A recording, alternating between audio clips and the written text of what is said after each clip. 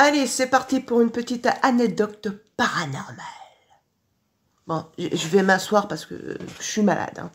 Alors, pourquoi cette anecdote paranormale? C'est juste parce que j'ai regardé une vidéo là-dessus, qui m'amuse beaucoup, et ça m'a donné envie de vous raconter l'expérience que j'ai eue quand j'étais jeune, quand j'avais 15 ans, en 1995. On se moque pas, c'est bon. Oui, ça date. Mais quand même. Donc, je ferai quelques coupages pour vous épargner ma petite toux, pour éviter que je vous casse les oreilles. Allez, c'est parti, je vous raconte ceci. Donc, je vous pose un petit peu le contexte, le lieu, l'atmosphère qui régnait. Donc, je devais avoir 15-16 ans dans ces eaux-là, et à la maison, c'était pas du tout la joie, hein, c'était même l'enfer, enfin bref, j'ai eu une enfance pas très joyeuse. Enfin bref. Donc, j'avais demandé à une copine de passer la nuit chez moi pour avoir un petit peu la paix. Elle était au courant de ce qui se passait à la maison et pour m'aider, elle avait accepté. On vivait à la campagne, dans une ancienne maison avec des grosses pierres comme dans le temps, une ancienne ferme qui datait du 1800 et quelques. Donc on avait beaucoup d'animaux, on était entouré de champs, d'arbres, enfin le truc désertique. Il y avait 2-3 maisons autour. Donc déjà, le patelin bien ennuyant. J'allais dire un gros mot, mais on va éviter. Hein. Donc ma copine, elle arrive pour passer donc cette fameuse nuit ensemble. Et on s'embêtait un petit peu parce que bon, bah, il n'y avait pas grand-chose à faire dans le patelin, quoi. Donc la nuit elle tombe et pour délirer, on voulait faire donc du Ouija. Alors déjà ça commence bien. Mais bien sûr avec les moyens du bord, je fabrique le Ouija parce qu'on n'avait pas de Ouija et c'était le moyen du bord. Donc j'avais pris une petite planche en bois que j'avais découpée. J'avais écrit donc l'alphabet en forme arrondi avec le oui-non, enfin le truc traditionnel du Ouija. Donc on commence notre séance de spiritisme. Donc esprit es-tu là, blablabla. On se marrait bien, on se moquait l'une de l'autre, bref, on rigolait. C'était pas mal, c'était pas mal. Et j'avais pris un petit verre à liqueur, c'est les tout petits verres rikiki, et on mettait chacune notre doigt sur le haut du verre. Et on s'amusait à le bouger, on posait des questions à la con, genre est-ce que cette année je vais avoir un petit copain, puis il y en a une qui poussait l'autre, enfin des trucs débiles qu'on faisait à l'adolescence. Oui, c'est débile, oui, mais on s'amuse comme on peut, hein, comme on peut. Donc au bout d'une heure ou deux quand même, bon, on se marrait bien tout ça, mais bon, on commençait à fatiguer un petit peu. Et à force de mettre les doigts sans bouger, en poussant l'une de l'autre, on commençait à avoir les doigts un petit peu engourdis et vraiment gelés. Mais vraiment gelés, quoi. C'était bizarre comme sensation. Mais jusque-là, tout va bien. Ça arrive. Effet du corps humain. J'ai pas cherché à comprendre plus que ça. Donc on décide de prendre fin donc à cette séance, il devait être 23h minuit, un truc comme ça. On dit bon, on en a un peu marre, on va aller se coucher, on est quand même fatigué. Et là les ennuis commencent. Donc on se décide d'aller se coucher. Excusez-moi, j'ai la voix qui déraille. On décide donc d'aller se coucher, on avait donc chacune notre chambre, on était mitoyennes. Donc moi je vais dans ma chambre et mon amie elle est dans la sienne. Donc, comme tout être normal, on commence à se mettre en pyjama pour aller se coucher. On était vraiment fatigués et tout. Donc je vérifie si tous mes animaux sont bien rentrés. Mais il manque à l'appel mon chat. Ce qui va être très important dans l'histoire. Mon chat avait l'habitude, donc en fait les animaux font ce qu'ils veulent. La seule règle qui régnait à la maison, c'est tous les soirs, ils rentraient à la maison pour dormir, pour être à l'abri. C'est la seule règle. Sinon, ils faisaient ce qu'ils voulaient. Ils rentraient, ils sortaient, ils faisaient leur life. Bon, je trouvais pas mon chat, donc j'ai dit, bon, bah, il va passer la nuit dehors, c'est quand même dommage. Mais bon, c'était pas la première fois, je me suis pas inquiétée plus que ça. Donc, bon, je me suis dit, je vais me coucher, on verra demain.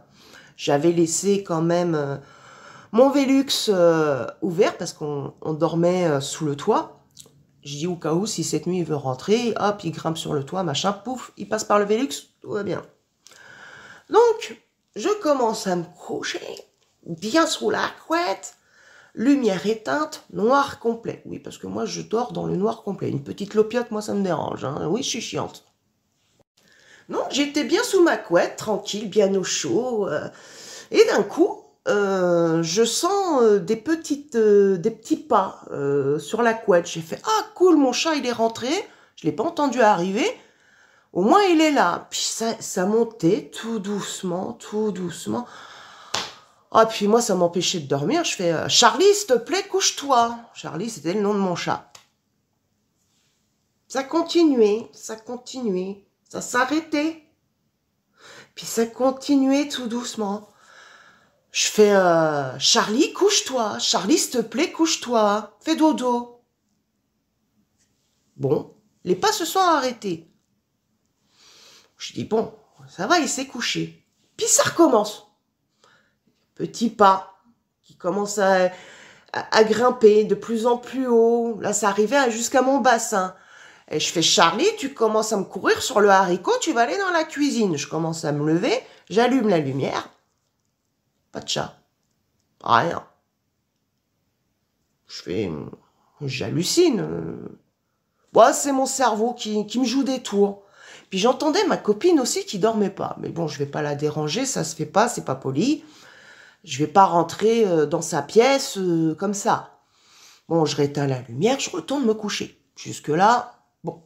Donc, bah, je me recouche tranquille. Jusque-là, tout va bien. Et ça recommence.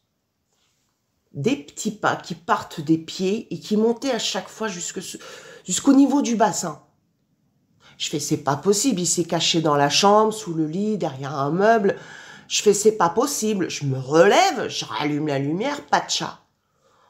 Bon, bah, je commence à regarder sous les meubles, sous le lit, pas de chat. Là, je commence un petit peu à avoir un petit peu les jetons, hein, un petit peu les chocottes.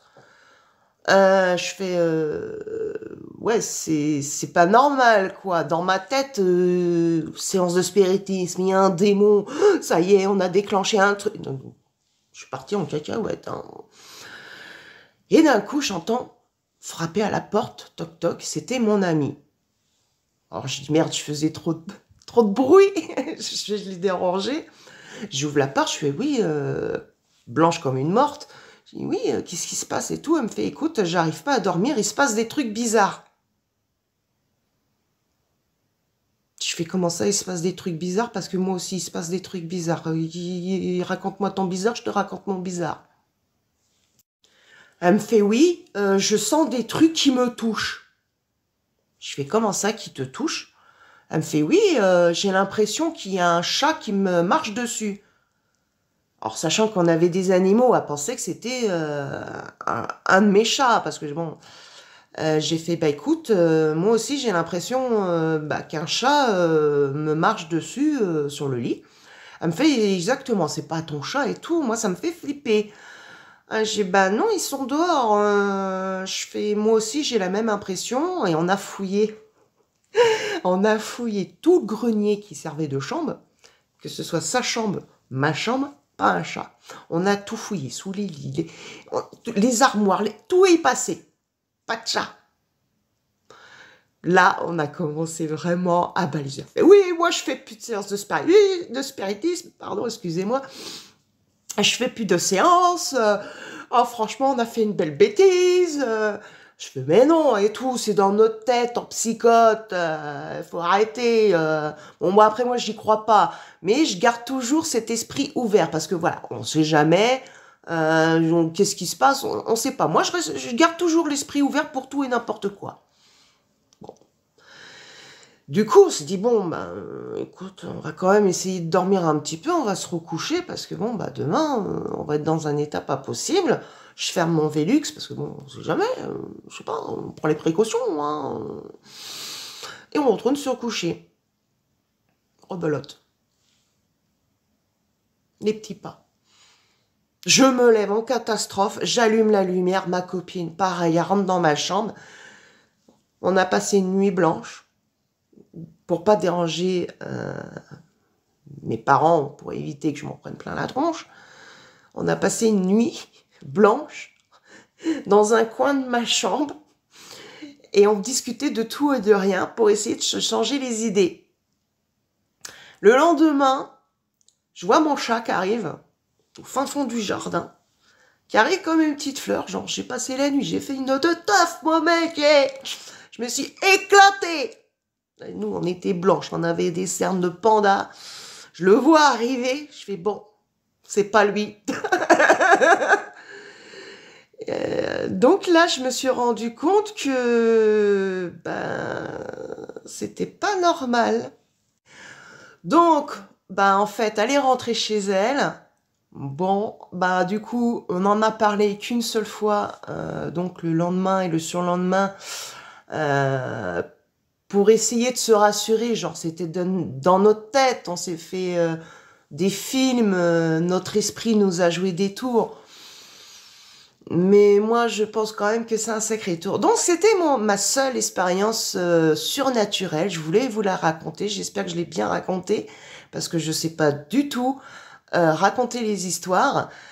Et désolée pour cette voix qui déraille. J'ai fait plein de coupures pour éviter que vous entendiez ma toux. Dites-moi dans les commentaires si vous avez eu une expérience comme ça, surnaturelle, voire même si c'est l'esprit qui a joué un tour. Je veux dire, c'est toujours... moi, j'aime bien ce genre d'histoire. Ça fait baliser. Bon, sur le coup, je rigolais pas. Hein, je rigolais pas.